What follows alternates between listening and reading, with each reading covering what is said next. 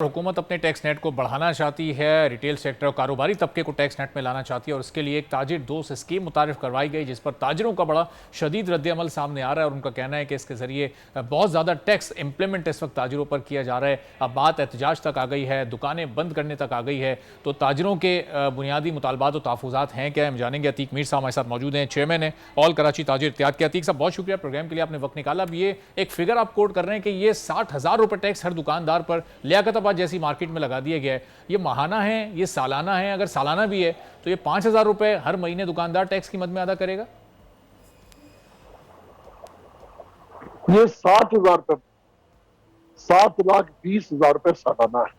अच्छा। और ये लियाकताबाद तो एक मिसाल हमने दी, क्योंकि पिछले दिनों लियाकताबाद के बारे में मशहूर किया गया कि लाहौर से ज्यादा टैक्स आता है। हालांकि ये बात एक मफरूजा है।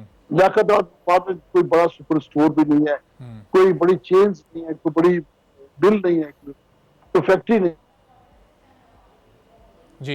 एम जिला रोड है और दीगर इलाके हैं जिनके बारे में 60,000 रुपए माहाना और 7,20,000 रुपए ये टैक्स जमा करवाने। अच्छा, ये मनमाने तरीके से असेस किया गया है। हाँ। उस इलाके के जायदादों के किरायों रोजाना 2,000 रुपए हो गया है, यानी ये रोजाना 2,000 रुपए एक दुकानदार टैक्स की मद में हुकूमत को देगा, तो वो खुद क्या कमाएगा, क्या खाएगा?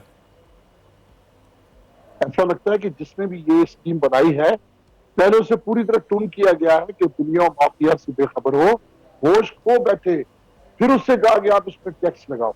तो इस तरह दीवानगी की हद तक बजट 2024-2025 में जिस तरह टैक्सों में नोचा गया, ये एक छोटी मिसाल आप बिजली के बिलों पे देख लें कि कोई हिसाब किताब नहीं है किस पे क्या गुजरेगी, लोग दे सकेंगे नहीं दे सकेंगे।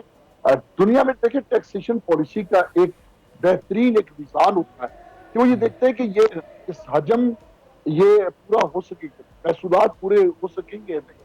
टैक्स देने वाले का जो हजम है अदायगी का, आमदनी का आया, उसमें ये हमारी जो डिमांड है ये पूरी होती है कि फिर उसके बाद टैक्सेशन होती है।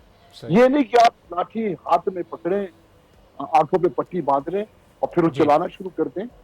इस तरह यही वजह है कि देखिए मुतनाज़े हुआ। बिल्कुल ठीक है, चलें अतीक साहब आने और हम मजीद भी आपसे बात करते रहेंगे, इस मामले को हम हाईलाइट करते रहेंगे। बहुत बहुत शुक्रिया, अतीक मीर साहब हमारे साथ मौजूद थे। सब्सक्राइब करें और बेल दबाएं ताकि कोई खबर रह न जाए।